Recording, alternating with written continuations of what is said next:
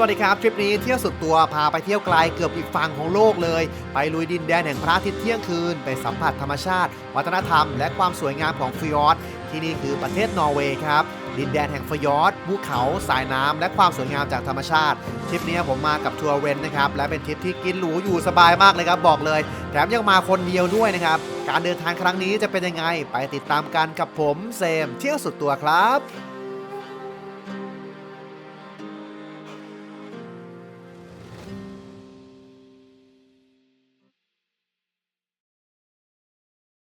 โอเคครับผมทริปนี้นะครับเราจะมาเที่ยวกันที่นอร์เวย์เลยนะครับประมาณ12วันเลยนะครับแต่ว่าตอนนี้เราคือนั่งเครื่องมาตรงที่ครับเป็นไฮสเกนที่ประเทศเดนมาร์กครับเดี๋ยวเราจะนั่งเครื่องต่อไปที่ทรอนเฮมนะฮะประเทศนอร์เวย์นะการจะไปทรอนเฮมก็คือต้องมาต่อเครื่องที่นี่นะเหมือนแบบบินภายในของเขามันไม่มีสายการบินที่แบบ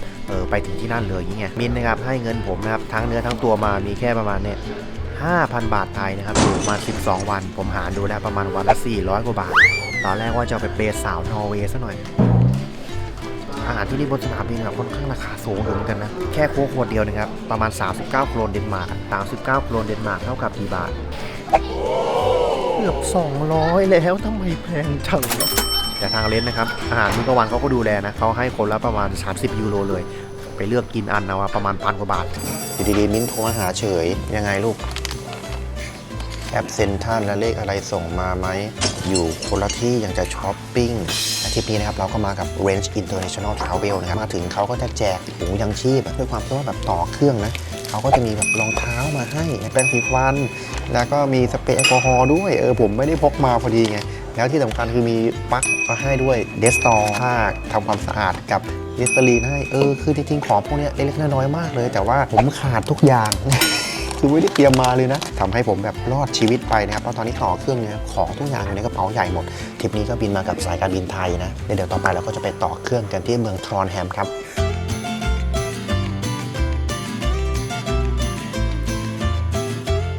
ทอมมี่ก็ขออนุญาตมาดูแลทุกท่านผู้มีเกียรติทุกท่านในนามบริษัท Range International นะครับคุณภูกรกฎก็ฝากสวัสดีกราบสวัสดีทุกท่านนะครับในทริปการเดินทางในทริปนี้เป็นทริปสวัสดีปีใหม่ไทยสงกรานต์นะครับตอนนี้เราอยู่ที่เมืองที่ชื่อว่าทรอนแฮมนะครับทรอนแฮม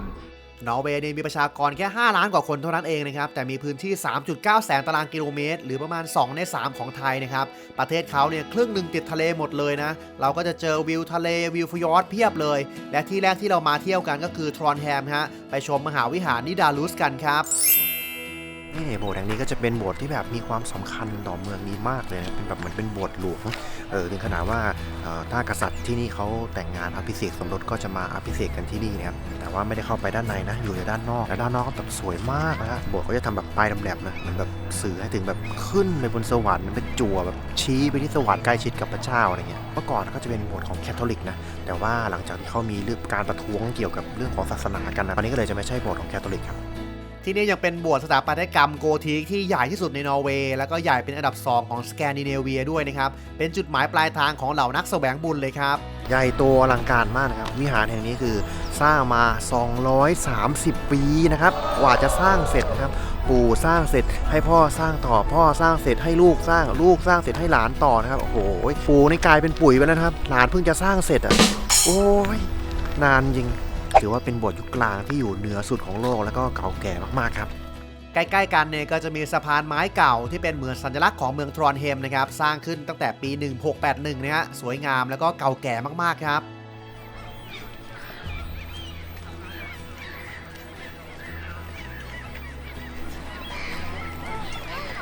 ผมเริ่มรู้นะครับตอนนี้นะฮะข้อเสียของการมาคนเดียวคือ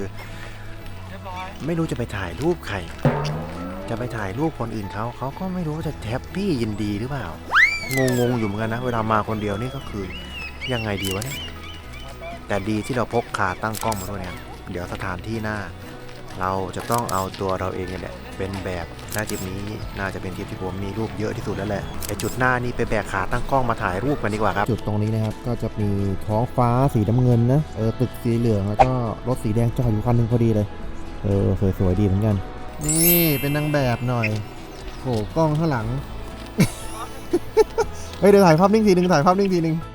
นอร์เวย์เนี่ยถือเป็นประเทศที่ตื่นตัวกับปัญหาสิ่งแวดล้อมเป็นอันดับต้นๆของโลกเลยนะครับอาจจะเพราะว่าอยู่ใกล้กับขั้วโลกเหนือนะคือแบบถ้าน้ำแข็งละลายมานี่พี่แกโดนก่อนเลยสำหรับใครที่ใช้รถไฟฟ้าเนี่ยรัฐบาลเขาก็จะไม่เก็บภาษีนำเข้าแล้วก็ภาษีมูลค่าเพิ่มแล้วก็ลดการเก็บภาษีประจำปีด้วยคนนอร์เวย์ที่นี่ก็จะซื้อรถใหม่จะซื้อรถไฟฟ้าถึง 65% เลยนะครับนี่ขนาดพี่แกส่งออกน้ำมันเป็นอันดับ 5 ของโลกนะครับแกยังใช้รถไฟฟ้ากันเลยเรามาเก็บข้าวของพักกันที่โรงแรมคราเรียนส์ทอนแฮมนะครับค่อนข้างกว้างแล้วก็มีอ่างอาบน้ำด้วยมองวิวได้แบบสวยมากเลยแล้วเราก็จะไปกินข้าวอาหารมื้อแรกกันครับ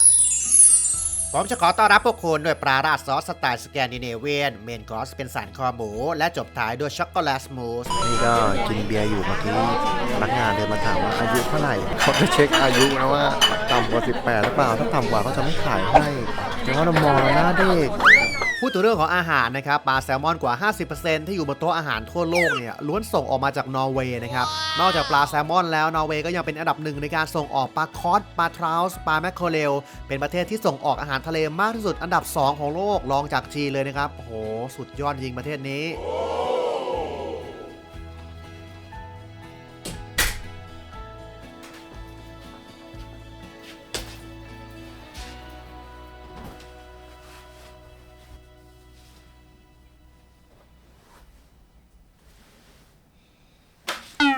นี่อยู่คนเดียวก็เล่นได้โอเคนะครับที่นี่ก็นอร์เวย์นะครับเมืองเก่าของเราแต่ก่อนจิตใจอาวรมาเล่าสู่กันฟังตอนนี้ก็เป็นเวลาประมาณเกือบ3 ทุ่มแล้วนะฟ้ายังไม่มืดเลยนะครับที่นี่ก็เป็นดินแดนแห่งพระอาทิตย์เที่ยงคืนนะคือช่วงหน้าร้อนก็คือจะพระอาทิตย์ก็จะตกตอนประมาณเที่ยงคืนได้เลยครับเดี๋ยวพรุ่งนี้นะครับเราก็จะไปอีกเมืองนึงนะครับแล้วก็จะผ่านเส้นถนนที่เรียกว่าสวยที่สุดในแอตแลนติกเลยคืนนี้นะคืนแรกก็เหนื่อยเสมอนะเราก็เดี๋ยวไปนอนก่อนนะครับตอนคืนแล้วแต่กลางคืนที่ไม่กลางคืนยังไงก็ไม่รู้นะบางทีมาที่นี่ก็ต้องปรับตัวเหมือนกันพูดถึงกลางคืนนะครับเคยบอกมินว่าแบบเวลามาที่แปลกๆนะตอนกลางคืนถ้ามีเสียงอะไรเรียกทักอะไรเงี้ยอย่าไปขานตอบนะเดี๋ยวมันจะแบบของเข้าตัวอะไรเงี้ยคุยกันมันเสร็จเดินออกมาซื้อของเซเว่นกลับมาเคาะประตูมันไม่เปิดสักทีนึงสรุปนอนนอกห้องยันเช้าภาษานอร์เวย์สวัสดีก็จะเป็นแบบ HALLO สำเนียงจะคล้ายๆแบบภาษาใต้บ้านเรานะแบบฮัลโหลทำไรทำเรือฮัลโหลฮัลโหลเจอหน้ากันก็ฮัลโหลฮัลโหลโอเคคืนนี้เดี๋ยวพักผ่อนก่อนครับเดี๋ยวพรุ่งนี้ค่อยไปลุยกันต่อเพราะว่าวันแรกจะเหนื่อยเสมอไปนอนแล้วนะบายโอ้ยเยอะไปแล้วแล้ววันที่ 2 ของการเดินทางนะครับวันนี้เราก็จะได้กินแซลมอนนอร์เวย์กันสักทีหนึ่งรายอาหารที่นี่คือเยอะมากเลยครับแนวอเมริกันเบรคฟาสต์พวกชีสขนมปังอาหารเช้าสไตล์นอร์เวย์สลัดต่างๆแล้วก็มีขนมปังก้อนแข็งๆที่คนไทยไม่ค่อยกินแล้วก็ไฮไลท์ของประเทศนี้นะครับปลาแซลมอนครับสีส้มๆมาเลยที่เขาจะคลุกๆมากับพวกเครื่องปรุงของเขานะเราก็ไปจัดมาสัก1 จานครับจะอร่อยปลาแซลมอนแบบว่าทำไมมันไม่เหมือนที่บ้านเรากินกันเลยเนื้อมันจะมีความแบบแน่นๆแล้วก็เหนียวๆเลยอ่ะเหมือนกัดลงไปแบบหนาๆชั้นจันแบบหนาๆหน่อยเลย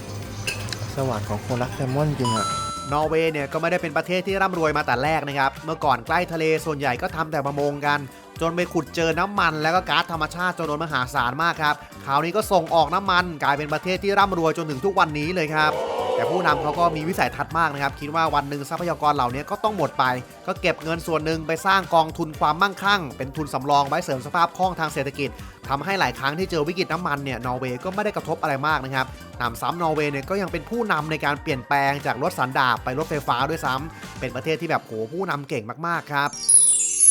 โอเคตอนนี้เราก็อยู่กันที่เรือข้ามฟากนะเราจะไปยังอีกฝั่งหนึ่งเวลาที่เราล่องเรือนะเราก็จะเห็นพวกทุ่นสีเหลืองๆนะครับเขาก็จะทำประมงนะก็คือทำฟาร์มปลานี่แหละก็จะมี2ปลาที่ดังๆก็คือแซลมอนนอร์เวย์แล้วก็ปลาคอสนะเอาแบบตะข่ายดึงลงไปเป็น100 เมตรด้านล่างเลยแล้วก็ให้ปลาเขาอยู่ตามธรรมชาติเลยก็จะว่ายทวนน้ำว่ายกันอยู่ทั้งวันทั้งคืนเนี่ยแซลมอนนอร์เวย์เนี่ยมันก็เลยจะแบบหนาแล้วก็แบบแน่นๆเหนียวๆเลยแต่ทางญี่ปุ่นเนี่ยก็จะเป็นอีกพันธุ์นึงนะเขาก็จะเป็นเขาก็บอกว่าปลาของเขาก็จะมีไขมันแทรกก็ดีเหมือนกันเลยมันจะเป็นปลาคนละแบบปลาคนละพันธุ์ก็แพงเหมือนกันนะเพราะว่าปลาคนละพันธุ์พี่ทอมมี่นะไกด์เขาก็เล่าให้ฟังว่าคือถ้าเลยนอร์เวย์ไปนิดนึงมันก็จะเป็นโซนทางทั่วโลกเหนือแล้วทีนี้แบบพวกหมีทั่วโลกเหนือเนี่ยจะแบบเราอาจจะคิดว่าแบบน่ารักมันดูแบบว่าสีขาวน่ากอดอะไรเงี้ยแต่เขาบอกว่าเป็นสัตว์ที่แบบอันตรายมากคือเหมือนกับ เป็นอยู่จุดสูงสุดของห่วงโซ่อาหารแล้วอะถ้าเจอหมีขาวแบบห่างกันขนาด 200-300 เมตรนะเราก็คือมีสิทธิ์ตายได้เลยนะเพราะมันจะวิ่งมาหาเราแล้วมันก็จะเข้ามาขย้ำแล้วก็ฆ่าได้เลยเพราะว่าเคยมีทัวร์ของเรนนะขับเรือไปนะแล้วก็ใกล้หมีอะประมาณสัก500-600 เมตรอะหมีมันเห็นปุ๊บเรือนะมันโดดลงน้ำเลยนะมันจะว่ายมาหาขึ้นเรือแบบโหเรนเจอร์ต้องแบบรีบกลับรถแล้วก็รีบหนีเลยอะดูมันอันตรายขนาดนั้นเลยอะเพราะฉะนั้นการจะได้เจอหมีขาวในระยะประชิดเนี่ยไม่มีทางเป็นไปได้นอกจากจะเอากล้องส่องทางไกลส่องเข้าไปเนี่ยโอ้โหก็เพิ่งรู้เหมือนกันว่านะความอันตรายของหมีขาวมันขนาดเรามาถึงเมืองคริสเตียนซุนนะครับเมืองท่าแห่งการท่องเที่ยวชายฝั่งตะวันตกของนอร์เวย์มาถึงเนี่ยก็กินมื้อกลางวันกันซะหน่อยแซลมอนนี่คือเข้าทุกมื้อนะฮะไกด์เขาเอาน้ำจิ้มแจ่วมาให้เราราดด้วยนะสำหรับคนไทยที่แบบว่าเอียนแล้วอะไรแบบนี้นี่แดดแรงมากๆเลยนะบ้านเมืองนี้นะเขาก็จะทำเป็นแบบสีสันนะคือเมื่อก่อนเนี่ยที่เนี่ยเขาก็จะเป็นชาวประมงนะส่วนใหญ่ก็จะออกเรือหาปลาพวกแบบไวกิ้งอะไรเงี้ยไม่ได้เรียนหนังสือนะหนังสือเนี่ยจะเป็นเฉพาะสำหรับพวกแบบราชวงศ์หรือกษัตริย์เท่านั้นนะที่จะมีโอกาสได้เรียนนะหรือว่าคล้ายๆประเทศไทยนั่นแหละทีนี้เวลาที่เขาออกไปหาปลากัน 3-4 เดือน 5 เดือนกลับมาก็คือมันจำบ้านตัวเองกันไม่ได้นะแบบมันไม่ได้มีเหมือนบ้านเลขที่36/17อะไรแบบมันไม่ได้มีแบบนั้นไงเขาก็เลยต้องทาแบบสีบ้านแต่ละหลังให้จำได้นะแบบส่วนใหญ่ก็ใช้แบบสีแดงเงี้ยเพื่อให้แบบเวลามาประมงมาไกลนั่นบ้านฉันเห็นมาแต่ไกลๆอะไรแล้วก็ทำแบบสนธิสัญญากับข้างๆบ้านว่าถ้าฉันสีแดงแล้วเธอก็เป็นสีอื่นมันก็เลยแบบว่าเดี๋ยวมีสีแดงเดี๋ยวก็มีสีเหลืองเดี๋ยวก็มีสีน้ำเงินแต่ละจุดเวลาเรามองไปก็จะแบบหลากสีตอนนี้สมัยใหม่แล้วแต่ว่าเขาก็ยังยึดถือแบบนั้นอยู่แต่ละจุดแต่ละบ้านก็เลยมีแบบแต่ละสีแบบน่ารักมากเลยครับและเราก็มาถึงแล้วครับเส้นทางสายแอตแลนติกโรดเส้นเลียบชายฝั่งที่มีความยาวประมาณ 8.3 กิโลเมตรครับนี่แหละครับเขาบอกว่าเป็นเส้นที่สวยที่สุดนะครับริมทะเลที่สวยที่สุดในโลกนี่คือเส้น Atlantic Road นะครับ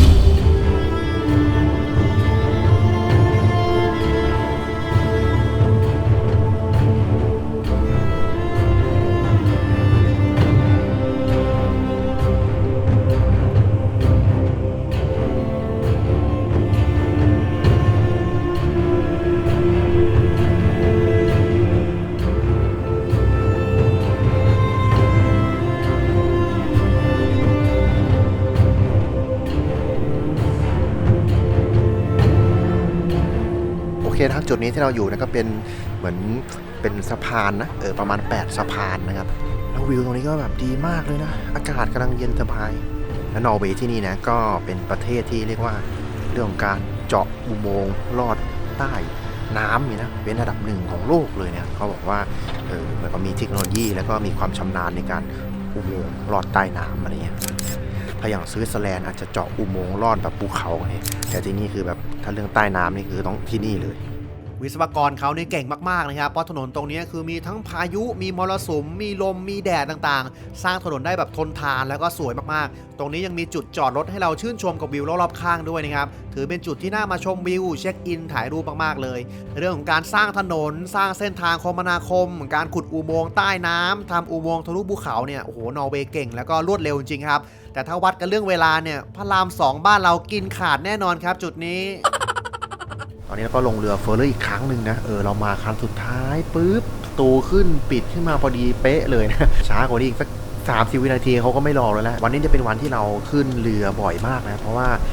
เนื่องจากว่าภูมิประเทศของนอร์เวย์เนี่ยก็จะเป็นมีฟิยอร์ดเยอะมากฟิยอร์ดก็คือมันเหมือนเมื่อเท่าไหร่เป็น10 ล้าน20 ล้านปีก่อนเลยนะที่นี่ก็จะเป็นภูเขาน้ำแข็งทั้งหมดเลยก่อนที่จะมาเป็นแผ่นดินแบบทุกวันนี้นะพวกหิมะพวกน้ำแข็งพวกนี้ก็ค่อยๆแบบละลายลงสู่ทะเลนะเพราะโลกมันก็ร้อนขึ้นนะน้ำเนี่ยจะค่อยๆไหลลงสู่ทะเลไปเรื่อยๆในขณะที่มันก็จะกัดเซาะดินไปด้วยมันก็จะเป็นแอ่งหลายๆแอ่งเลยนะถ้าดูตามภูมิประเทศของนอร์เวย์ด้านบนเนี่ยมันเป็นจุดที่หิมะกัดดินกลายเป็นว่ามีแอ่งมีเป็นรากไซแบบเหมือนเป็นรากไซของทะเลไปตามจุดต่างๆของนอร์เวย์เยอะมากมีเกาะเล็กเกาะน้อยขึ้นเต็มไปหมดเลยนะการเดินทางแต่ละครั้งเนี่ยถ้าเราแบบใช้ถนนอะบางทีมันก็อ้อมไปอ้อมมาไกลมากเราก็เลยต้องใช้เรือเฟอร์รี่เนี่ยคือเอารถเนี่ยขึ้นมาบนเรือเลยแล้วก็ข้ามเรือไปแต่ละจุดครับวันนี้ก็จะข้ามมาแบบ3 จุดเลยครับ เดินทางกันมาไกลมากครับจนมาถึงโรงแรมยูเนียนไกแลงเกอร์นะครับเป็นโรงแรมที่อยู่ตรงไกแลงเกอร์ฟยอร์ดเลยเป็นฟยอร์ดที่มีความงดงามที่สุดของนอร์เวย์นะครับความยาวกว่า15กิโลเมตรและก็เป็นส่วนหนึ่งของมรดกโลกด้วยโรงแรมที่นี่คือแบบทำเลดีไม่ไหวครับอยู่กลางหุบเขาเลยและด้านในของโรงแรมก็หรูหรามากเลยนะครับตกแต่งด้วยพรมแดงแล้วก็ข้าวของเครื่องใช้เฟอร์นิเจอร์ต่างๆนี่คืออย่างกับวังเลยครับผมนี่คิดแล้วว่าโอ้โหอาหารเย็นวันนี้ต้องอลังการแน่นอนแล้วก็เยอะจริงๆสมกับที่คิดครับอาหารหลากหลายสไตล์มากสลัดต่างๆแล้วก็ที่ต้องมีเลยแน่นอนก็คือแซลมอนครับแต่ที่อลังการกว่าแซลมอนอ่ะผมรู้สึกว่ามันคือของหวานของเขาครับที่เยอะแบบเยอะจนไม่รู้จะเยอะยังไงแล้วฮะแค่เค้กนะครับหน้าตาน่ากินมากครับเป็นบุฟเฟ่ด้วย กินได้หมดทุกอย่างเลยนะครับสายหวานสงสัยต้องอยู่ห้องนี้จนถึง2 ทุ่ม โอ้โหตอนนี้ก็เริ่มเย็นแล้วนะจริงๆตอนนี้ก็ไม่ใช่เย็นหรอกมันดึกแล้วด้วยแหละประมาณ3 ทุ่มแล้วนะครับแต่ว่าพระอาทิตย์ยังไม่ตกครับที่เราดันด้นมาขับรถมาหลายชั่วโมงวันนี้นะครับก็เพื่อที่จะมาพักที่นี่เพราะว่าพรุ่งนี้ก็มีกิจกรรมสำคัญก็คือเราจะล่องเรือนะครับไปที่ฟยอร์ดที่สวยที่สุดและได้เป็นแบบมรดกโลกด้วยเป็นฟยอร์ดที่ยาวมากเกือบแบบ10 กว่ากิโลเลยนะล่องตามเทือกเขาแบบนี้ก็เป็นกิจกรรมหนึ่งนะที่เราจะได้แบบเข้าไปใกล้ชิดฟยอร์ดที่สวยที่สุดเลยนะผมคุยกับคนในทัวร์นี่นะทัวร์ของเรนนะครับหลายๆคนก็เป็นเหมือนเป็นรู้จักกับพี่ทอมมี่ก็คือมาด้วยกันหลายครั้งมาด้วยกันหลายทริปนั้นทริปนี้อะไรอย่างเงี้ยนะทำให้ผมรู้สึกว่าการที่เราบางคนที่เขามาเนี่ยเขาก็เลือกจากไกด์เป็นหลักนะผมถามคนนึงเขาก็บอกว่าแบบพี่ทอมมี่เขาแบบเอนเตอร์เทนดีอัธยาศัยดีพูดดีเวลามาทัวร์อย่างเงี้ยเรามันก็นอกจากทัวร์ดีแล้วเนี่ยถ้าได้ไกด์ดีด้วยเนี่ยก็แบบยิ่งเหมือนคูณ2เลยให้แบบทริปนี้ก็ได้ข้อมูลจากพี่ทอมมี่เยอะมากเป็นคนที่แบบมีข้อมูลเยอะมากอ่ะผมก็ไม่รู้ว่าเขาเรียนอะไรมานะเวลาการเที่ยวเวลาการมองสิ่งต่างๆรอบๆตัวมันมีสีสันมากขึ้นจั่วนี้คืออะไรแล้วประวัติโรมันเป็นยังไงเคยรบกับที่นี่แล้วใครชนะเดนมาร์กอะไรไวกิ้งเป็นยังไงเรือของไวกิ้งจะต้องทำยังไงเพราะอะไรแบบโหแบบมีรายละเอียดเยอะมากเลยที่ผมแบบคุยวันนี้ก็ไม่หมดอ่ะที่ตั้งของโรงแรมนี้ดีมากเลยนะดูข้างหลังติดภูเขานะข้างหน้าติดแม่น้ำข้างๆติดลำธารตัวอาคารติดนี่แบงค์ในมุกนี้เคยเล่นไปแล้วนะครับเคยเล่นไปแล้วทีนึงประสบความสำเร็จเลยอยากลองเล่นอีกทีโอเคเดี๋ยวนี้ไปพักผ่อนก่อนนะเดี๋ยวพรุ่งนี้เช้าเราจะไปลุยเรือกันครับไปเช้าวันนี้อากาศค่อนข้างดีและบริเวณนี้จะลมแรงตลอดครับเพราะเป็นช่วงหุบเขาเขาก็จะมีชุดกันลมกันน้ำให้เราด้วยเรื่องเซฟตี้เนี่ย first priority จริงๆครับนอร์เวย์ฮะตอนนี้ทีมทำความสะอาดก็พร้อมแล้วนะฮะที่จะไปทำให้บ้านเมืองไม่ใช่นะครับอันนี้เป็นชุดที่สำหรับกันลมแล้วก็โอ้โหเหมือนแบบอยู่บนยานอวกาศนะเหมือนแบบเหล่าจิตอาสาทำเพื่อสังคมมาถือไม้กวาด เขาก็จะแยกเป็น3 ลำนะเพราะว่าเรือเต็มที่ได้ประมาณ12 คนนะก็เลยต้องแยกเป็น3 ลำไหนใหญ่สุดแน่นอนนะครับลำของผมสวยมากๆวิวก็สวย1 2 3 1 2 3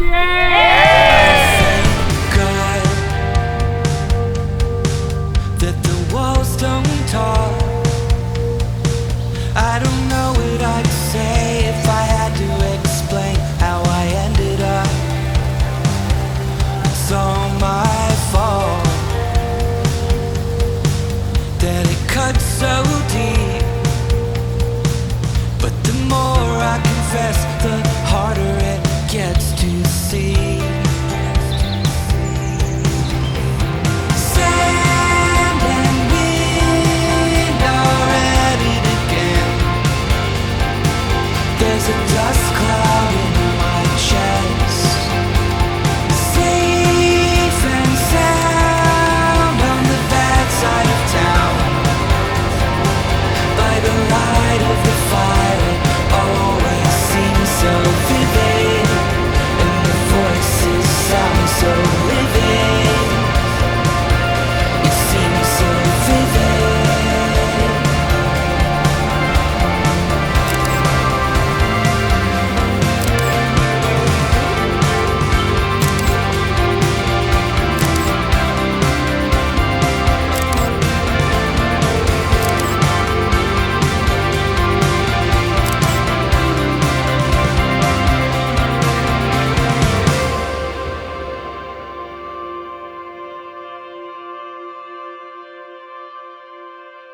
โอเคตอนนี้เราก็อยู่บนเรือแล้วนะกำลังจะกลับนะครับก็ล่องเรือมาสนุกมากนะก็ลมพัดข้างหน้าเยอะเลยใครอยู่นั่งข้างหน้านี่ก็หัวเปิดนะตอนนี้เราจะไปอีกที่หนึ่งนะครับเป็นทานน้ำแข็งบริกเดลนะครับสำหรับใครที่เสียวฟันนะครับมาที่นี่ไม่ค่อยได้เพราะว่าทานน้ำแข็งเยอะมาก เป็นทานน้ำแข็งแบบประมาณแบบ40-60 เมตรหนาขนาดนั้นแล้วมันก็เกิดการสึกก่อนลงไปทำให้ทานน้ำแข็งมันก็ค่อยๆไหลออกมาทีนี้มันก็ไปโดนพวกแร่ธาตุต่างๆอะไรก็กลายเป็นแบบสีสันต่างๆอะไรเงี้ยเวลาเดินทางพวกนี้นะทางคนขับนะไดเวอร์เขาต้องทำความเร็วต้องรักษาเวลามากเลยนะเพราะว่าจะมาแบบเร่งสปีดเพื่อให้มันถึงอะไรเงี้ยมันก็ไม่ค่อยได้เพราะว่าค่าปรับที่นี่เขาบอกว่าถ้าโดนเรื่องของความเร็วเนี่ยอย่างน้อยก็ต้องมีประมาณ 3-400 ยูโรเลยนะโหดมากอากาศแห้งๆแบบนี้ก็อย่าลืมทามือกันด้วยนะครับทริปนี้ผมก็พกผลิตภัณฑ์ครีมทามือของทานนะครับทาตลอดเลยดีมากครีมซึมไวไม่เหนียวแล้วก็หอมมากครับกินแบบดมแล้วก็สดชื่นด้วยครับเป็นผลิตภัณฑ์ของทานนะที่ห้ามเอาไปทานนะแปลกดีเหมือนกันเพื่อแบบนี้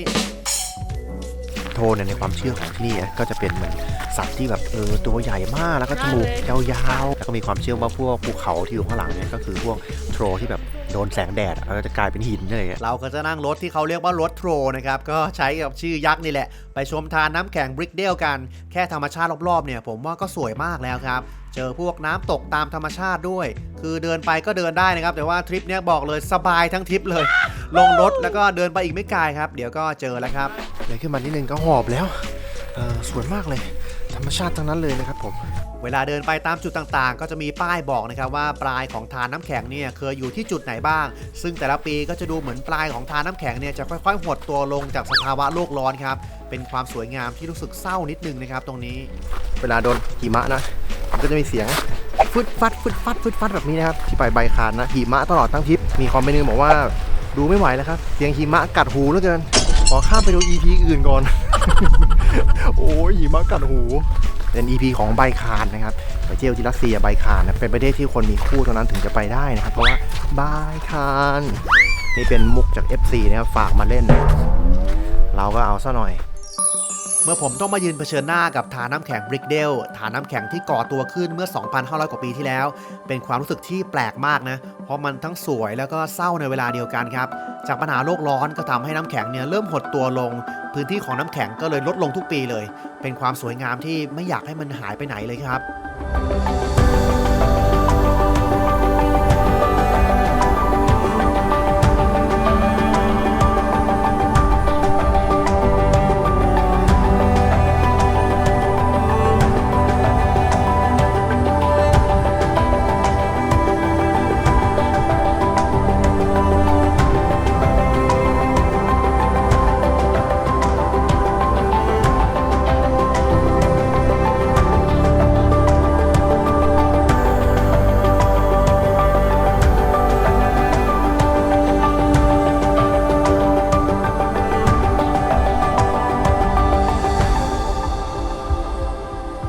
ก่อนหิมะเขาจะปกคลุมมาถึงด้านล่างเลยนะแต่ว่าด้วยความที่เดี๋ยวนี้ภาวะโลกร้อนมันเยอะมากขึ้นจริงๆนะเวลาโลกมันร้อนมันก็จะร้อนจากพื้นผิวด้านล่างก่อนนะพวกปลายภูเขาเนี่ยยังไม่ค่อยโดนเท่าไหร่เพราะฉะนั้นหิมะมันจะค่อยๆละลายจากข้างล่างจนแบบขึ้นไปข้างบน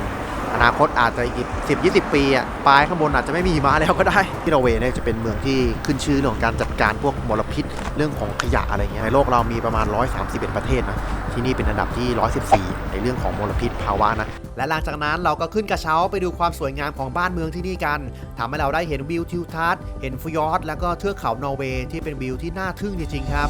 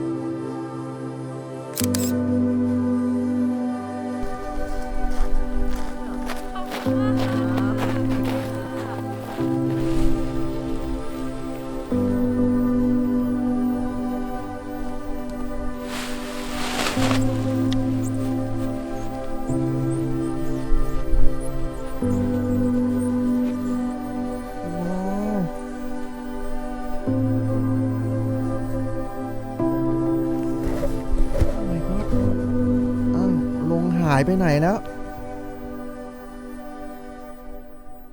โอ้ยตายสวยจริงๆเลยอ่ะประเทศไทยชัดเจนเลยนะครับแดงขาวน้ำเงินโอ้โหคนไทยมาปักถึงนี่เลยนะครับผมเย็นนี้เราก็มาเข้าที่พักกันครับชื่อว่าโฮเทลอเล็กซานดราโรเอนพี่ท็อปมี่ไกด์ก็แจกกุญแจห้องกันไปเราก็เข้าห้องเก็บของกันแล้วก็ไปซัดอาหารเย็นกันอีกแล้วครับแล้วมาแล้วครับโอ้โหอลังการจริงๆเลยอาหารเยอะมากแบบจะเยอะไปไหนเนี่ยเดินเมื่อยขาพิซซ่าพาสต้าพวกแซลมอนแล้วก็ปลาคอสปลาคอสอร่อยมากเลยนะของหวานนี่คือแบบอลังการมากนะครับเขาจะจัดเค้กหลายชิ้นเลยแล้วก็เป็นพวกมูสพวกไอติมอะไรเงี้ยหลายแบบเลยมีไอติมแท่งก็มีก็อร่อยทั้งนั้นเลยนะมาแบบสบายนะครับผมตอนนี้ก็ประมาณนี้นะ2 ทุ่มครึ่งนะครับวันนี้ผมพยายามแบบว่าเอาขาตั้งกล้องแล้วก็พยายามถ่ายตัวเองนะยากเหลือเกินมันคือเหมือนกับคิดสภาพแบบว่าทัวร์เขาก็เดินกันไปแต่ละคนก็จะเดินไปเดินมาทุกคนก็จะมีคู่เขาถ่ายรูปกันนะให้เรามานั่งเซตขาตั้งกล้องแล้วก็มาถ่ายขาตั้งกล้องก็ต้องถอดเพจออกมาแล้วก็ต้องถอดจากขาตั้งกล้องมาใส่ตัวเซตบาไลท์ยุ่งยากมากเลยนะผมแบบงงกับตัวเองนะตอนนี้ก็เลยเอาเป็นว่าเริ่มรู้จักกับคนในทัวร์มากขึ้นนะได้คุยคนนั้นคนนี้เป็นพี่เป็นน้องเอาเหล่าน้องๆพี่ๆป้าๆนะนี่แหละมาเป็นแบบนะผมว่าก็ได้อยู่แหละมัวแต่ถ่ายตัวเองเราก็ตกรถนะครับโอเคเดี๋ยวคืนนี้นอนก่อนนะเดี๋ยวพรุ่งนี้ต่อกันวันที่4หรือเปล่าวะนั่นแหละโอเคครับบายเรื่องซวยประจำทริปนี้ในที่สุดก็มาเยือนจนได้ครับเมื่อผมหันมาดูกล้องอีกทีอ้าวเฮ้ยทำไมมันแตกซะงั้นวะนะคือไม่รู้ทำไมแตกนะครับไม่ได้ทำหล่นทำตกด้วยโชคดีที่ว่ามันแตกแค่ตัวฟิลเตอร์ข้างหน้าเลนนะไม่ได้แตกแต่โชคร้ายก็คือหมุนเท่าไหร่ก็หมุนไม่ออกครับเอาเสื้อเอาผ้าเอามือพยายามเท่าไหร่ก็ไม่ออกครับแถมเจ็บนิ้วอีกต่างหากได้แต่ว่าแบบต้องหาร้านกล้องเลยครับไม่งั้นภาพมันก็จะเป็นรอยไปตลอดทริปครับตอนนี้ผลบุญนะฮะเริ่มจะหมดแล้วนะครับผมนอกจากเลนแตกนะครับตอนนี้ถ้าเปิดเอฟเยอะๆก็จะเป็นรอยหน่อยแต่ว่านี่ยังได้อยู่นะแล้วก็ฝนก็เริ่มตกลงมาแล้วนะครับตอนนี้365วันของที่นี่จะตกถึง200วันเลยนะเรื่องของซิมการ์ดที่นี่นะครับผมใช้ของ Travel Pack นะครับก็คือเป็นแบบเปิดโรมมิ่งมาเลยนะไม่ต้องไปเปลี่ยนซิมให้วุ่นวายนะราคา899นะครับใช้ได้10กิกเลย15วันนะของที่นี่ Wi-Fi ที่โรงแรมผมยังแบบช้าเลยเปิดโรมมิ่งมาไวกว่าอีกนะครับฟรีประกันเดินทาง10วันด้วยจาก FWD นะใครเปิดโรมมิ่งมาก็ไปลงทะเบียนสมัคร FWD ได้นะครับ10วันเลยนะไปได้ทุกที่มีแค่สัญญาณเอทตอนอยู่ในถ้ำเท่านั้นเองนอกนั้นก็คือฉลุยเลนแตกแบบนี้ผมก็อยากจะหาซูมคาเมล่าที่นอร์เวย์เหลือเกินนะครับเป็นร้านกล้องสีชมพูนะผมพยายามหาอยู่ในนี้ครับไม่ยอมมาเปิดสาขาที่สักทีนึงถ้ามีปัญหาอะไรก็เข้าไปได้จะซื้อกล้องซื้อเลนหรือว่าอุปกรณ์เนี่ยมีปัญหาแบบที่สำคัญคือเป็นสปอนเซอร์ใจดีของผมด้วยนะครับผมเดี๋ยวผมก็ไปหาซูมคาเมล่าต่อในเมืองนี้ครับนั่นไงสีชมพูซูมแน่นอนครับผมหมายถึงกล้องซูมเข้าไปเมืองฟลัมนี่คือสวยมากนะครับเป็นดินแดนที่เกิดจากการกัดเซาะกระเทาะจนมีลักษณะเว้าแหว่งเข้ามาในแผ่นดินก็คือเมืองฟลัมนี่เองครับเราจะได้ใกล้ชิดกับซองฟยอร์ดที่ยาวแล้วก็ลึกที่สุดในโลกด้วยนักท่องเที่ยวส่วนใหญ่ก็จะมานั่งรถไฟเพื่อชมวิวภูเขาน้ำตกหมู่บ้านต่างๆของยุโรปเหนือสีสันสดใสสวยงามตลอดเส้นทางของรถไฟสายฟลัมบาน่าเลยครับผมนี่ก็เดินหาร้านกล้องในเมืองนี้นะแต่ก็ถอดใจแล้วครับไม่มีสักร้านสำหรับภัตตาคารอาหารที่นี่นะมันจะมีเรื่องแปลกอยู่อย่างนึงนะครับบางที่เนี่ยเขาอาจจะไม่อนุญาตให้เอาแม็กกี้เอาน้ำจิ้มกะปิพวกน้ำพริก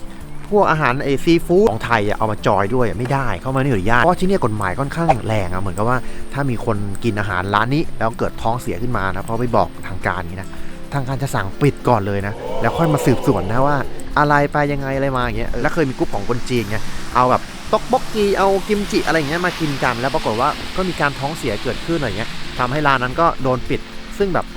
สาเหตุมันก็ไม่รู้ว่าจะเป็นเพราะกิมจิตัวเองหรือเปล่าหรือเป็นอาหารของร้านอะไรเงี้ยแต่ว่าอย่างที่ชัวร์คือร้านก็ได้รับความเสียหายไปแล้วไงเพราะฉะนั้นเขาเลยแบบบางที่ก็จะแบบไม่อนุญาตเลยห้องน้ำนอร์เวย์เนี่ยโถฉี่ของผู้ชายนี่เป็นแบบโปร่งใสด้วยนะครับหาไม่เจอหาโถเหรอหาปิกาจูแล้วเราก็ออกเดินทางจากเมืองฟลัมไปสู่เมืองวอสครับโดยจะต่อรถไฟที่สถานีไมดัลแล้วก็จะชมวิวกันบ้างเล็กน้อยครับที่นี่เขามีภาษาไทยด้วยนะครับสงสัยว่าคนไทยไปเยอะเลยจัดว่าเป็นเส้นทางธรรมชาติที่สวยมากครับเราจะได้เห็นวิวสวยๆสองข้างทางเลยและพอใกล้ถึงวิวที่นี่ก็จะเริ่มมีหิมะเข้ามาครับประเทศไทยนะครับนำเข้าน้ำ ลื่นโดยด่วนนะครับ ตอนนี้ที่นอร์เวย์ขาดมากนะครับใครส่งออกก่อนรวยก่อนนะครับระหว่างทางเนี่ยก็จะมีแวะชมน้ำตกด้วยนะครับแต่ว่านี่มันน้ำตกหรือว่าน้ำแข็งวะเนี่ยโอ้โหแข็งเป๊กเลยคือเรามาในช่วงหน้าหนาวเขานะก็จะแข็งๆแบบนี้แหละยิ่งสูงหิมะก็เริ่มยิ่งเยอะขึ้นนะครับแล้วก็หิมะก็เริ่มตกลงมาด้วยครับโอ้โหตอนนี้นะครับก็นั่งมาสุดสายเลยแล้วเดี๋ยวเราก็จะนั่งรถไฟต่อนะจะเป็นอีกชานชาลาหนึ่งครับจะเป็นขบวนที่ไปสู่เมืองออสโลและก็เบอร์แกนครับนั่งมาอีกไม่ถึงครึ่งชั่วโมงนะครับเราก็มาถึงแล้วครับเมืองวอสนะครับแค่ผมมองนี่ก็รู้เลยว่าเมืองนี้คือแบบน่าเที่ยวมากครับคนน้อยแล้วก็สถาปัตยกรรมแต่ละอย่างสวยๆทั้งนั้นเลยเดี๋ยวเราจะมีแวะเมืองนี้กันเล็กน้อยด้วยครับแต่ว่าตอนนี้เราก็จะไปเข้าที่พักที่เป็นไฮไลท์ของทริปนี้กันก่อนนั่นก็คือโรงแรมอูเรนสแวงแห่งฮาร์ดแดงเจอร์ฟยอร์ดครับอูเรนสแวงเนี่ยเป็นโรงแรมตั้งแต่ปี 1846 นะครับมีชื่อเสียงเพราะห้องพักเขาได้มาตรฐานสูงและพนักงานก็บริการแบบคนในครอบครัวเลยเขาบริหารโดยตระกูลอุดเน่มากกว่า5รุ่นเลยนะครับจะค่อนข้างเก่าแก่แล้วก็รู้จักกันในประวัติศาสตร์ของนอร์เวย์ครับมีห้องพัก168ห้องมาพร้อมกับวิวสวยๆเลยพวกล็อบบี้และก็บาร์ต่างๆเนี่ยก็ออกแบบได้สวยแล้วก็ดูวินเทจนะฮะเก่าแก่แต่ว่าก็ดูสะอาดนะครับไม่ได้แบบว่าดูแบบน่ากลัวอะไรแบบนั้นพวกเฟอร์นิเจอร์ของตกแต่งในโรงแรมเนี่ยก็จะเป็นของเก่าแก่ทั้งนั้นเลยคือแบบได้กลิ่นอายตั้งแต่เมื่อ200 ปีก่อนจริงๆครับแล้วก็มีบุคคลสำคัญมาพักเยอะมากอย่างรูปนี้ผมก็ไม่รู้ใช่อัลเบิร์ตไอน์สไตน์หรือเปล่านะแล้วห้องอาหารก็มีหลายแบบครับที่ชอบก็คือห้องโทนฟ้าอันนี้ครับมองเห็นวิวด้านนอกได้เลยสวยงามมากครับเรื่องอาหารนะฮะที่นี่ก็ไม่แพ้ใครครับจัดเป็นคอร์ส3อย่างเป็นเมนูแลมด้วยนะครับอร่อยมากจะเสียอย่างนะสำหรับผมมาตรงที่ว่าดันติดกับฮาร์ดแดงเจอร์ฟยอร์ดนะครับชื่อก็บอกเลยว่าเป็นฟยอร์ดที่อันตรายมากเพราะว่าลมแรงสุดๆผมเลยไม่กล้าเอาโดรนขึ้นเลยครับนี่ผมก็จะปิวอยู่แล้วนะครับผมตอนนี้9,700แล้วอีกนิดนึงจะล้านแล้วลมค่อนข้างแรงมากเลยนะก็หนาวสั่นนะครับแข็งตายนี่นะฮะยืนต้นเลยนะครับหนาวขนาดไหนนะครับคิดดูนี่หินไปเรียบร้อยแล้วหนาวจัดครับผมที่นี่วันนี้ก็เข้าสู่วันที่5แล้วครับเดี๋ยวเราจะไปสำรวจรอบๆโรงแรมกันครับว่ามีอะไรบ้างแต่ภาษาอังกฤษหมดเลยใช่ไหมมีตัวข้างบน รู้แต่ว่ามันขลังแล้วก็สวยมากนะครับแค่เดินชมโรงแรมเนี่ยก็แบบว่ามันแบบมีความคลาสสิกนะถ้วยชามต่างๆสมัยก่อนเลยอะแต่ละอย่างนี่คือเป็นเหมือนไม่ใช่โรงแรมนะเป็นเหมือนมิวเซียมแบบหนึ่งจัดวางได้แบบสวยมากแล้วก็ดูคลาสสิกมากเลยครับสิ่งเดียวที่อยากรู้ตอนนี้คือแถวนี้มีกล้องวงจรปิดไหมนะสักชิ้นหนึ่งดีไหมเนี่ยลายมือขนาดนี้ป่วยแน่นอนนะครับหวัดเยอะมากมีแบบห้องลับใต้ดินด้วยนะโอ้โหดูข้างหลังของเก่าเพียบเลยนะครับโอ้โหแต่ละอย่างอุ้ยน่ากลัวแม่ตกใจเลยไงครับก็ตกใจเหมือนกันนะเอามือทาบอกและกิจกรรมที่นี่เยอะมากครับมีตั้งแต่โต๊ะปิงปองโต๊ะสนุกยันเทนนิสเลยครับมีสระว่ายน้ำนะทั้งอินดอร์แล้วก็เอาท์ดอร์นะแล้วก็อินดอร์นี่ก็เป็นสระน้ำอุ่นด้วยนะจากุชี่แล้วก็เป็นน้ำอุ่นด้วยนะครับ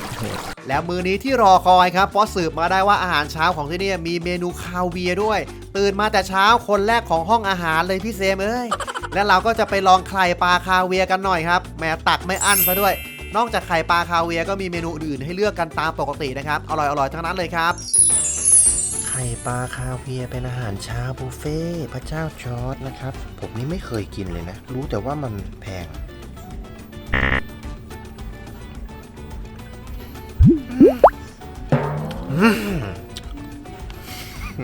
วันนี้นะครับเนื่องจากว่าโรงแรมที่นี่นะค่อนข้างแบบพรีเมียมนะเขาก็เลยให้เช็คเอาท์ประมาณสัก 11 โมงครึ่งเลยประมาณนั้นเกือบเที่ยงเลยครับก็เนี่ยแหละเดี๋ยวอยู่ที่นี่ถึงประมาณ 11 โมงครึ่งเลยโรงแรมนี้นะครับเขาก็จะติดกับฟยอร์ดนะที่ใหญ่เป็นอันดับ2หรือ3ของนอร์เวย์เลยลมค่อนข้างแรงมากแล้วก็เขาบอกว่าเป็นเหมือนกับยังไงสุสาน สุสานของพวกเรือยอชต์หรือบางทีแบบลมแรงๆเมื่อก่อนจะแบบอับปางกันบ่อยเลยนะครับในบริเวณจุดนี้ผมก็ไม่ค่อยกล้าที่จะเอาโดรนไปเหมือนกันนะครับเดี๋ยวจะกลายเป็นสุสานโดรน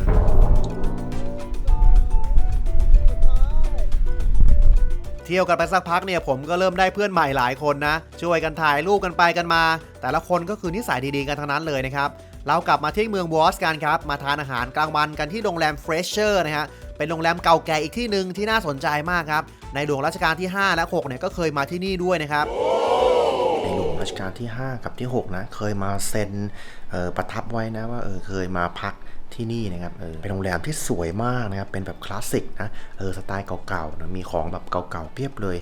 แค่ข้างหลังของผมเนี่ยห้องพวกนี้ก็ถ่ายรูปได้แบบหลายชั่วโมงแล้วนะห้องอาหารก็อลังการมากเดี๋ยวนี้กินเป็นคอร์สนะก็จะกินปลาคอสด้วยนะเป็นปลาประจำชาติของนอร์เวย์เลยนะเขาบอกว่าเป็นปลาที่แบบเนื้อจะแข็งๆนะแต่ว่าต้องเอาไปตากให้นานๆเลยกว่าที่มันจะแบบนิ่มอ่ะแล้วก็หัวเนี่ยก็ตัดเอาไปให้เมืองจีนนะส่วนทางพวกไส้พวกนี้ก็จะเอาไปให้ทางโซนไนจีเรียเพราะว่าที่นอร์เวย์จะไม่ค่อยกินไส้กับหัวเท่าไหร่ก็จะกินแต่เนื้ออย่างเดียวและที่นี่เขาก็จะเอาแต่เนื้อตั้งแต่ตรงช่วงกลางจนถึงหางเลยมาทำเป็นอาหารครับเราแวะถ่ายรูปกันเล็กน้อยตามจุดต่างๆครับจากนั้นเราก็มุ่งหน้าไปยังเมืองเบอร์เกนเป็นเมืองที่มีความสำคัญเป็นอันดับ2ของประเทศนอร์เวย์นะครับเป็นเมืองท่าที่สำคัญกว่า900ปีมีศิลปะและก็วัฒนธรรมที่เก่าแก่แถมยังได้ขึ้นทะเบียนเป็นมรดกโลกอีกด้วยพวกเรือสำราญเรือส่งสินค้าต่างๆเนี่ยถ้าผ่านมาแถวนี้ยังไงก็ต้องมีโปรแกรมแวะมาลงที่เมืองแห่งนี้ครับที่นี่จึงเป็นเมืองที่สำคัญมากของนอร์เวย์เราเนี่ยเข้าพักกันที่โรงแรมลาดิสันบรูรอยัลนะครับซึ่งเป็นโรงแรมที่ติดกับบริเวณท่าเรือเก่าบริกเกนเลยเป็นโรงแรมที่แบบทำเลดีมากแล้วก็ผมชอบมากๆเลยครับและข้าวเย็นวันนี้ก็เป็นอาหารไทยนะครับโอ้โหสวรรค์ของผมเลยเดี๋ยวหน้ามาใหม่นะเดี๋ยวจะจับร้านใหม่ค่ะเวลาได้เจอคนไทยหรือได้กินอาหารไทยในต่างแดนเนี่ยไม่รู้ทำไมมันอร่อยซะเหลือเกินพะแนงกระเพราหมูสับไข่เจียวอาหารธรรมดาเนี่ยแต่ว่าหมดเกลี้ยงทุกอย่างเลยครับอ๋ออร่อยเลยแล้วแบบรสชาติคนไทยผมนึกว่าทำเฉพาะกรุ๊ปนี้รสชาติประมาณนี้กลางๆประมาณนี้ยังไม่แซ่บจัดนะโอ้เหรอถ้าลูกค้าบอกว่าลุยเลยแซ่บกว่านี้อีกโอ้พี่นกสุดยอดร้านพี่นกแกเพิ่งย้ายมาจากที่เก่าได้ไม่กี่วันนะครับโดนโจรทุบกระจกเข้ามางัดเซฟซะงั้นครับนี่ขนาดกลาง4แยกนะครับทำเลตรงนี้ไม่น่าโดนเลยเนาะเขากล้ามากเลยอ่ะตรงนั้นก็มีกล้องแต่พอยังไม่ได้ของเรายังไม่มีกล้องครับแต่พอดีเราไปขอกล้องของร้านตรงนี้เขาบอกว่าไม่ได้ที่นอร์เวย์นอกจากว่าตำรวจต้องมีใบไปแล้วตำรวจต้องก็บอกว่าน่าจะเป็นฝีมือแบบคนที่แบบเป็นผู้อพยพอาจจะมาจากประเทศอื่นทางฝั่งด้านล่างตรงที่นี้มันเป็นเหมือนเป็นท่าเรือหลักเลยเป็นท่าเรือใหญ่มากสำหรับใครที่มาทางแถบนี้ก็จะต้องมาแวะที่เมืองเบอร์เกนแห่งนี้นะครับผมก็จะเดินไปหาร้านกล้องนะครับอยากเปลี่ยนเลนเปลี่ยนฝาโคเวอร์แล้วที่เวลาถ่ายรูปมานะมันแบบมันติดเส้นๆไงแล้วมันก็ไม่ค่อยสวยผมพยายามงัดเอามือออกงัดแล้วก็ไม่ออกทีนึงเดี๋ยวต้องไปให้ร้านกล้องเขาทำแล้วก็เดี๋ยวซื้อฟิลเตอร์ใหม่ไปเลยช่วงนี้ก็ฟรีไทม์นะครับหลายๆคนก็กลับไปพักผ่อนที่โรงแรมส่วนตัวผมเนี่ยก็เดินตามหาร้านกล้องกันไปเบอร์เกนเนี่ยก็เป็นเมืองมรดกโลกทางวัฒนธรรมอายุกว่า900ปีครับที่นี่ก็จะถูกล้อมรอบด้วยภูเขาถึง7ลูกและยิ่งติดกับน้ำทะเลนะก็จะมีมรสุมพัดเข้ามาปีนึงเนี่ยฝนตกประมาณ200วันเลยเดินกันไปเรื่อยๆเนี่ยผมก็ไปเจอร้านกล้องครับซื้อฟิลเตอร์ใหม่เตรียมไว้เรียบร้อยเลยแต่ปรากฏว่าพี่กล้ามโตของผมหมุนไม่ออกครับทั้งดึงทั้งถึงทั้งงัดก็แล้วโอ้ยทำยังไงก็ไม่ออกเลยครับเซ็งมากเลยครับแบบนี้โอ้ยรอให้เขาทำเรียบร้อยแล้วนะโหขนาดใช้ครีมงัดแล้วมันก็พยายามดึงก็ยังไม่ได้เลยนะถอดใจแล้วเหมือนกันนะเนี่ยเขาบอกว่าลองไปพรุ่งนี้อีกร้านนึงนะเป็นร้านญี่ปุ่นก็จะมีอุปกรณ์ที่เยอะกว่านี้เดี๋ยวพรุ่งนี้ลองอีกทีนึงถ้าไม่ได้ก็คือพอแล้วไม่เป็นไรกลับไปที่ไทยคงเอาค้อนทุบโคเวอร์เอาเพราะมันถอดไม่ออกแล้วอ่ะเหมือนมันแบบตกล่องด้วยอย่างเงี้ยแล้วสำหรับใครที่อยากจะซื้อกล้องนะนี่เรายังเข้าสปอนได้นะโอ้โหยังมีเวลายังมีกระดิกกระใจเข้าสปอนเซอร์นะครับก็ไปซื้อได้ที่ซูมคาเมล่านะครับผมมี8สาขาที่9น่าจะมานอร์เวย์นี่แหละแล้วก็มีช่องทางออนไลน์ด้วยนะครับไม่ต้องเสียเวลาไปหน้าร้านนะครับแล้วก็มีโปรเด็ดๆนะมีโค้ดลับๆเวลาที่เขาทำกิจกรรมแคมเปญต่างๆนะงานกล้องหรืองานอะไรเงี้ยเขาก็จะมีโปรพวกนี้ใส่เข้าไปเป็นโค้ดให้เรากดได้เลยนะไม่ต้องไปแบบมานั่งเก็บโค้ดตอนที่สั่งคือเราก็กดโค้ดเนาะแล้วก็เลือกใช้โค้ดไปมันจะได้ส่วนลดไปด้วยสะดวกมากแล้วก็ของถึงบ้านเลยใครสนใจก็ไปที่ซูมคาเมล่านะครับร้านกล้องสีชมพูนะครับวันนี้ก็เดินกลับโรงแรมพักผ่อนกันก่อนพรุ่งนี้เช้าลองอีกสักตั้งนึงครับชีวิตคนเราต้องมีความหวังผมเนี่ยชอบโซนตรงท่าเรือเก่ามากเลยนะครับบ้านไม้เขาจะทาสีสันสดๆน่ารักดีครับและอยู่ติดกับโรงแรมเราเลยนะนี่ก็กินโค้กย้อมใจกันไปกินตั้งแต่หน้าร้านเขายันเข้าโรงแรมขึ้นห้องมาก็ยังกินกันครับกินข้ามวันไปเลยวันนี้ก็เข้าสู่วันที่6แล้วนะครับฟ้ามาดีเลยไม่มีฝนแบบเมื่อวานพี่ทอมมี่พี่ไกด์ก็พยายามพาไปจุดชมวิวด้านบนทันทีครับ ก็จะต้องนั่งกระเช้าขึ้นไปประมาณ14นาทีก็จะเห็นวิวของเมืองเบอร์เกนได้แบบทั้งเมืองเลยนะครับเป็นจุดที่สวยงามมากๆนอร์เวย์เนี่ยก็เป็นประเทศที่มีน้ำเยอะมากนะครับพลังงานไฟฟ้าเกือบทั้งหมดของนอร์เวย์เนี่ยมาจากพลังงานทดแทนก็คือพลังงานน้ำนั่นเองค่าไฟที่นี่เลยจะถูกเป็นระดับต้นๆของโลกเลยคนก็จะยิ่งหันมาใช้รถไฟฟ้าเยอะขึ้นมลพิษก็ยิ่งน้อยลงเข้าไปอีกครับเขาจัดการกันได้ดีมากเลยนะครับฉลาดสุดๆเลยฮะโอ้นี่ถือว่าโชคดีมากเลยเพราะว่าอากาศดีนะฟ้าอาจจะไม่ได้ใสมากหรอกวันนี้แต่ว่าก็ฝนไม่ตกแล้วก็ไม่คลึ้มสวยมากแล้วก็มองเห็นวิวทิวทัศน์นะครับสมแล้วที่เป็นเมืองใหญ่เป็นอันดับ2ของนอร์เวย์นะคือใหญ่มากกว้างมากนะครับข้างบนนี้คือสามารถเห็นวิวได้แบบ180องศาเลยนะแล้วก็เป็นเมืองที่เป็นมรดกโลกแห่งแรกเลยนะของนอร์เวย์ครับสวยมากเลยอากาศดีมากด้านบนเนี่ยนอกจากวิวแล้วก็ยังมีทางเดินไปยังภูเขาด้วยนะครับมีป่ามีน้องแพะแล้วก็มีมุมสวยๆให้นั่งพักผ่อนหย่อนใจชมวิวกันครับแม่มันช่างเป็นภาพที่สวยจริงๆนะผมนี่คืออดใจไม่ได้คว้าโทรศัพท์ขึ้นมาถ่ายแต่คิดไปคิดมาเฮ้ยเราจะถ่ายวิวดีๆไปทำไมในเมื่อหน้าตาเราก็ดีอยู่แล้วและด้านบนเนี่ยก็ยังมีโซนให้เด็กๆเล่นด้วยนะครับแต่มีตัวโทรเบลเลอร์เลยนะครับดักอยู่ข้างหน้าเด็กจะกล้าเล่นไหมเนี่ยและอีกจุดที่สำคัญของเมืองเบอร์เกนก็คือตลาดปลาครับเป็นตลาดเก่าแก่ที่มีมาตั้งแต่ศตวรรษที่12เลยนะครับเก่าแก่มากๆเลยครับมีหลายร้านเลยอันนี้กินได้เลยนะทานได้เลยนะก็คือเนื้อปลาจากอันนี้ปลาคอสเนี่ยแล้วเขาก็เอามาฉีกแข็งมากอันนี้คือยี่ห้อโปรดทอมอันนี้คือปลาคอส1ตัวอันนี้คือ1ตัวนะครับแล้วก็ผ่าออกบางที่ก็ไม่ได้ผ่าออกแบบนี้นะแล้วเอาไส้ออกเอาหัวออกอย่างที่พอมบอกเนาะตากเป็นปีด้วยลมพระอาทิตย์นะครับนะแล้วก็เอามาทำเป็นเนื้อแบบนี้นะครับที่นี่มีปลาแปลกๆเยอะมากครับถือเป็นแหล่งพบปะชาวเมืองเลยก็ว่าได้แพ็คมาเป็นของฝากได้เลยครับที่นี่ก็จะดังเรื่องของปลาคอสนะใครที่มาที่นี่คือต้องมาลองชิมลองมากินดูแล้วก็เป็นของฝากชั้นยอดที่เรามาเขาก็มีปรับปรุงก่อสร้างอยู่นิดหน่อยนะแต่ว่าด้านในก็ยังสามารถเข้าไปช้อปปิ้งได้ประมาณเดือนหน้านะเขาจะปรับปรุงรีโนเวทแล้วก็จะเปิดแบบเต็มสตรีมเลยคือจะมีร้านค้ามาเยอะมากแต่ที่เห็นเนี่ยก็มีพอสมควรนะก็จะเป็นร้านอาหารแล้วก็ที่สั่งได้เลยว่าจะเอาอะไรทำอะไรกินแล้วก็เขาก็จะจับแล้วก็ทำตรงนั้นเลยมีปูตัวใหญ่แล้วก็มีหอยมีปลาหมึกมีอะไรโอ้เยอะมากนะครับแต่เราก็กินข้าวมาเรียบร้อยแล้วมาเดินเที่ยวเหมือนกันนะครับแปลกตาดีเหมือนกันครับ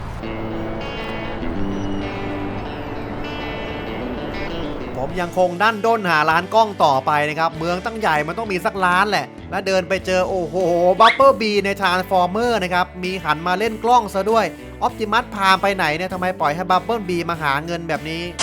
ผมเนี่ยออกเดินตามไปหาร้านกล้องญี่ปุ่นที่เมื่อวานพี่แกแนะนำมานะครับแต่ปรากฏว่าพี่แกก็ไขไม่ออกเหมือนกันครับแนะนำให้ไปอีกร้านหนึ่งจนไปเจออีกร้านหนึ่งนะครับเป็นร้านโกดักเก่าๆแคบๆที่ขายกล้องฟิล์มเต็มไปหมดเลยเป็นร้านแบบโบราณมากแต่ปรากฏว่าลุงแกไปหลังร้าน5นาทีครับเดินออกมาเอาออกได้เฉยเลยนะครับผมนี่ยืนอึ้งกิมกี่รีบควักตังค์ให้แกทันที200โครนนอร์เวย์ครับไม่น่าเชื่อนะครับโอ้โหผมไปร้านคาเมล่าประมาณ 2-3 ร้านนะโอ้โหเป็นแบบผู้ชายตัวใหญ่ๆนะข้อมือดีๆกำลังดีๆนะพยายามบิดไม่ได้นะพยายามใช้ครีมก็แล้วนะทั้งงัดทั้งดึงทั้งแบบหมุนกันหน้าแดงนะไม่ได้มาเจอร้านนี้นะครับผมก็เห็นเป็นคุณลุงแบบเดินจะไม่ไหวอยู่แล้วอะแต่แบบเข้าไปหลังร้านนะเขาน่าจะใช้เลื่อยเขามีอุปกรณ์ของเขานะหมุนออกมาแบบง่ายๆเลยโอ้โหดีใจมากเหมือนแบบกล้องคืนชีพอีกครั้งหนึ่งนะครับก็ถือเป็นเรื่องราวดีๆนะครับสำหรับการมาที่เบอร์แกนจริงๆครับและได้ของฝากเป็นฟิลเตอร์กลับไปด้วยเป็นเมืองที่สวยงามจริงๆทั้งสถาปัตยกรรมและความเก่าแก่สุดคลาสสิกของโซนเมืองเก่าก่อนจะลาเมืองนี้กันไปเราก็ไปกินข้าวกลางวันเพื่ออำลาเมืองนี้กันครับ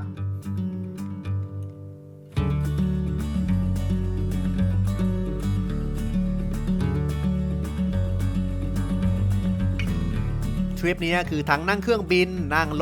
รถไฟนั่งเรือไปกันครบทุกอย่างแล้วครับเรากำลังจะเดินทางไปต่อกันที่เมือง Stavanger ครับเมืองสงบที่เต็มไปด้วยกลิ่นอายของความเป็นเมืองท่าทางทะเลที่มีความเก่าแก่มากแห่งหนึ่งของนอร์เวย์เอาจริงๆผมก็ไม่ค่อยชินกับการเที่ยวคนเดียวนะเพราะเคยไปแต่กับเพื่อนๆแต่บางทีเราก็ต้องหาอะไรทำใหม่ๆลองอะไรแปลกๆบ้างอยู่กับตัวเองมากๆเนี่ยบางทีมันก็ทำให้เราได้รู้ความชอบของตัวเองรู้จักตัวตนของตัวเองเยอะขึ้นผมว่าเป็นสิ่งสำคัญในการใช้ชีวิตเลยครับ เรือที่นี่ก็ค่อนข้างไปไวมากเลยผมเคยทีนึงเนี่ยตอนกลับบ้านนะช่วงสงกรานต์อาจจะไปเซอร์ไพรส์พ่อรีบขับรถกลับบ้านไปหาพ่อนะครับจิ้วมีป้าคนนึงบอกจะรีบขับรถไปหาพ่อมึงนะผมงงมากเลยนะเขารู้ได้ไงนะผมไม่ได้บอกใครเลยการจะเซอร์ไพรส์ Stavanger เนี่ยเป็นเมืองขนาดใหญ่อันดับ 4 ของนอร์เวย์มีความผสมผสานระหว่างความเก่าแก่และความทันสมัยเข้าด้วยกันตอนแรกเมืองนี้ก็เมืองสงบเน้นตกปลากันไปครับแต่หลังจากค้นพบน้ำมันปี 1969 ที่นี่ก็กลายเป็นเมืองที่คึกคักมากเป็นศูนย์กลางเรื่องของปิโตรเลียมการขุดเจาะน้ำมันต่างๆเลยครับซึ่งนอร์เวย์เนี่ยเป็นประเทศที่ส่งออกน้ำมันดิบประมาณ 26% หรือ 1 ใน 4 ของมูลค่าสินค้าส่งออกทั้งหมดเลยด้วย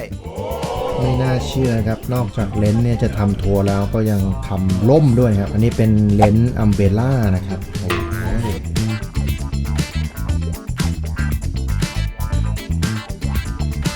โอเคนะครับผมโอ้โหวันเดินทางมาถึงวันสุดท้ายของ EP แรกนะครับ EP ต่อไปนะครับจะเป็นการไฮกิ้งนะเราจะเดินทางไปที่หน้าผา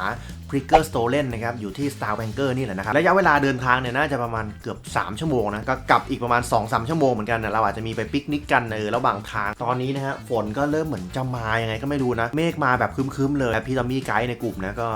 บอกมาเหมือนพยากรณ์จะฝนจะตกด้วยเนี่ยอาจจะเป็นระหว่างที่เรากำลังไฮกิ้งเลยจะเป็นยังไงเดี๋ยวลองไปดู EP ถัดไปของเที่ยวสุดตัวกันนะครับเตรียมลุยกันเต็มที่ครับไป